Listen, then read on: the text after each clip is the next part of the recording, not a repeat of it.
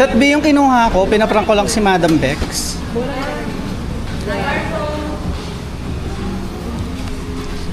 So, welcome sa Prime Barbecue Korean Grill House. At ito yung kinuha namin, set B. So, ang dami naming mga kasama namin si Madam Bex today at pinaghandaan ko talaga tong vlog na to. I'll make sure na ma-hot seat siya today at tumabi ako sa kanya. Tara! So anyway, nag-ready ako ng mga itinerary namin for today and may mga pag-uusapan kami na i-review muna namin yung food. Tapos, after naming ma-review yung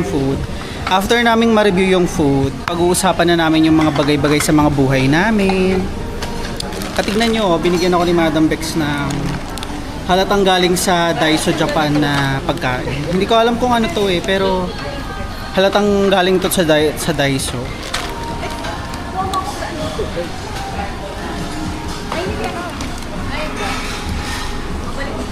So, dalawa yung grill nila dito. Isa dito. Makapaling kain. Makapal yung... Masilya talaga. Masilya eh. Aliyo pa lang. Mapal na ko ilagay ko sa bag mo. Ay, vlog mo.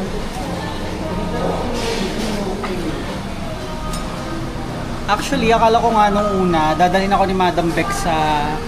Anong tawag doon? Yung dun sa isa, yung mas premium pa, Madam Bex. Alin? Yung na dun sa kabila. Jung's Kitchen. Oo, sa Jung's Kitchen. Pero, dito lang ako dinala ni Madam Bex. I think broke pa si Madam Bex ngayon eh. Broke ka ba?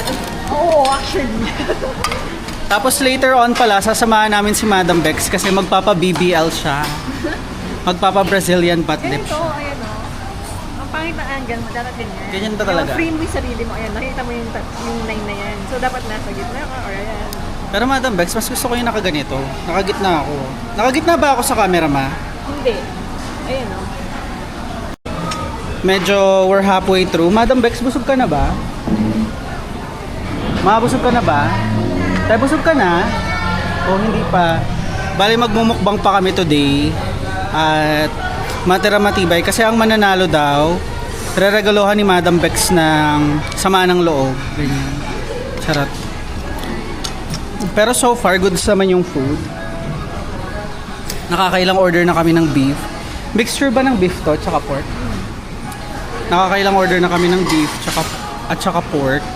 At so far ito nga yung may pinakamakapal na serving sa lahat. Sa lahat ng samji na nakainan ko.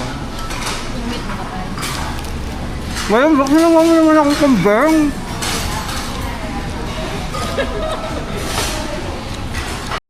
This is your ASMR.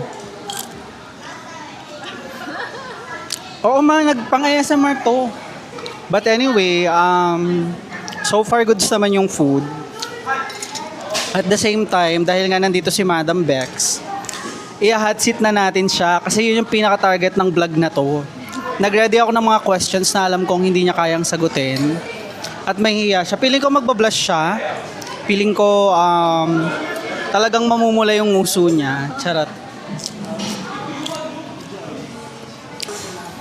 Anyway, before this year ends, or we're halfway through the year, and one by one, ang una kong tatanungin dito si Madam Bex, kasi si Madam Bex, to be honest with you, punong-puno siya ng wisdom tooth, ganun. Punong-puno siya ng wisdom tooth, ganun. Wisdom tooth sa kanya. Ikakabit dito yung bagang ni Madam Bex, ilalagay dito. Ganun. Punuan, lagyan mo yung bagang sa ano. Pero, ang gusto kong malaman, Madam Bex, is what's something na pinagpapasalamat mo this year or half of this year? So, ibibigay ko na yung camera. Oo. Madam Bex, sabihin mo na. Madam Bex, what's something na you're thankful for at the half of this year? That I still have a job.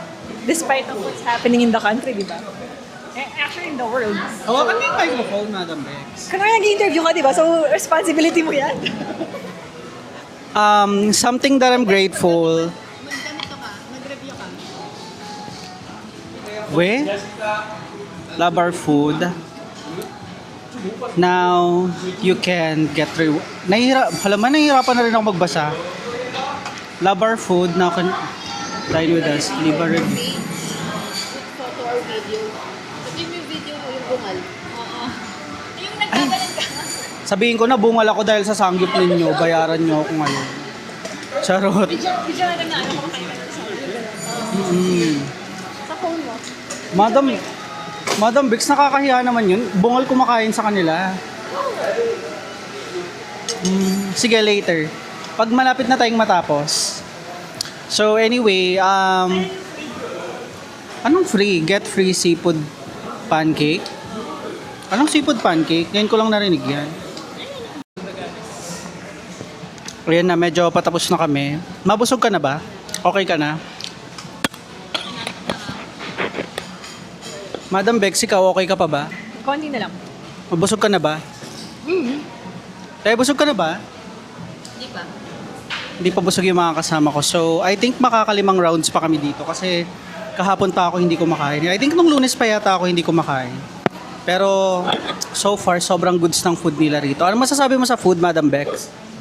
Okay naman. Kulang sa side dish. Kulang sa side dish, pero sobrang goods ng food. Ang kapal ng hiwa ng pork. Tapos yung kimchi nila, Nakaka-choke yun. Kapal ng ano. nakaka-choke yung kapal ng pork. Tapos hindi siya yung tipo ng klase ng pork na kapag naluto, lumiliit. Ganyan. So sobrang sobrang goods ng pork nila rito makapal. Bale, itong kutsara na to, iuuwi ko to. Charot. Joke lang, hindi ko iuuwi itong kutsara na to.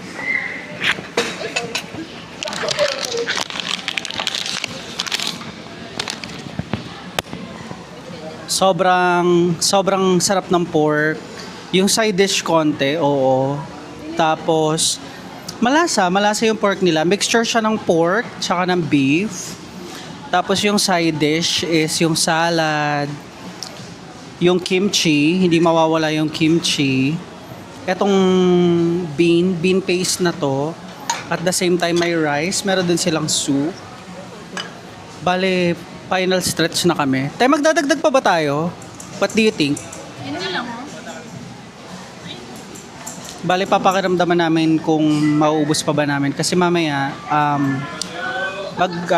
magko-coffee pa kami. So, yun ang mangyayari. Magko-coffee pa kami. Hindi ko alam kay Madam Bex. Ang bilis mabusog ni Madam Bex. Pero ito yung mga foods na nilantakan namin today. Madam Bex, ubusin mo yung food mo, eh. Ito yung food na uubusin namin. Nagluto pa kami ng pork doon. At ano pa ba? Madam Bex, ano nga pala to? Itong nandito sa plate na to. Para siyang salad na may crab sticks or crab sticks na may salad. Parang ganun. Pero all in, sobrang sarap ng food nila dito. Sulit yung 649 mo. I think this is our last round kasi busog na ako at gusto ko namang mag-ice coffee. Bale, uubusin na lang namin to. Itong ganito. Puro beef na to. Puro beef na yung kinuha namin. At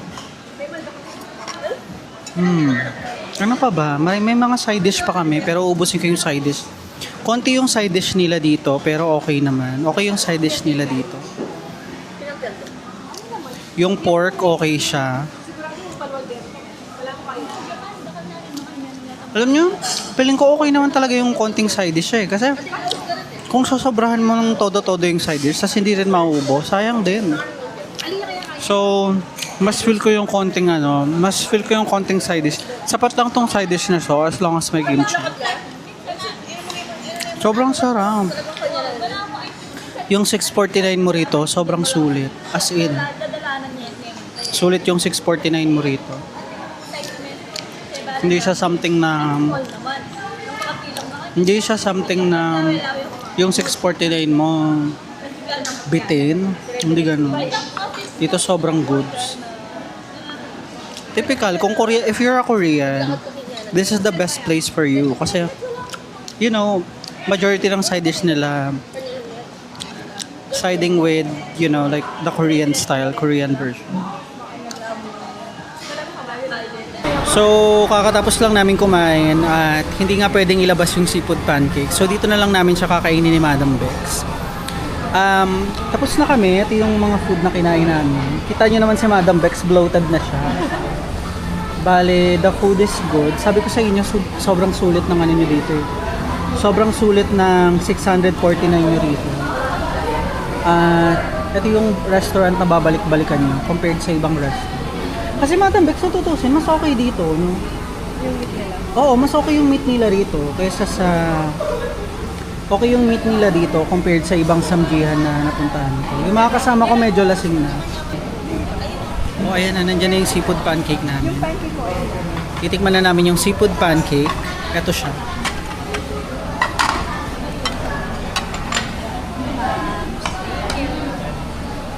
Ito ang aming seafood pancake. Seafood pancake. Ito yung seafood pancake namin. Titikman na namin ang seafood pancake. Gusto ko sana,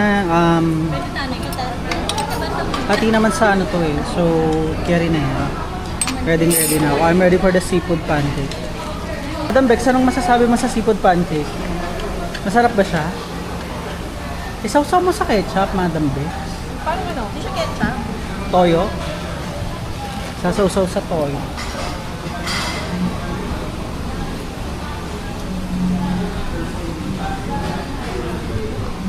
Titikman ko na yung seafood pancake. Ganito yung itsura.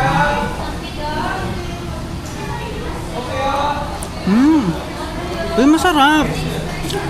Masarap yung seafood pancake nila. Masarap yung seafood pancake nila, guys.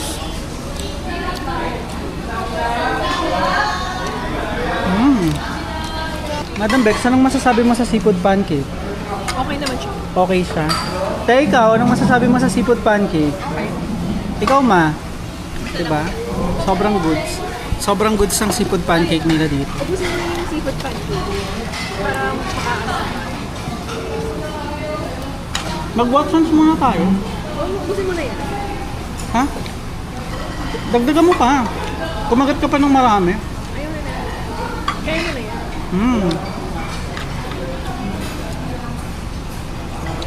Busog na nga ako. Pero sige. Tapos na kaming kumain. Sobrang goods ng food dito. Sobrang goods ng food dun sa loob. Anong masasabi mo dun sa food? Nakalibre ka, no? Posible. Yes. Madam Bex, what can you say dun sa food sa loob? Good naman. Like, Tapos may- babalik ka pa ba rito? Oo, okay rin naman. Ikaw, kuya, anong masasabi mo? Nahihiya siya. Tayo ikaw, girl, anong masasabi mo dun sa ng foods dun sa loob? Masarap naman, kaya lang kulang sa side dish. Ay, oo nga, kulang nga sa side dish. Pero, all in, sobrang goods dito. Sulit yung 649 nyo rito. Yung next target namin, sasamahan namin si Madam Bex na mag-follow up dun sa doctor niya. Kasi, last time, di ba, nagpa-BBL siya. Hindi natuloy yung BBL niya. Bale, nilalagdat kasi si Madam Bex nung nagpunta kami dun sa may doctor. So, babalik kami ngayon para magpa-BBL na. Magpapa-BBL na talaga si Madam Bex. BBL tsaka lip filler. Uy, ikaw na nakalis. Nagbalik tato ka. Ay, wait.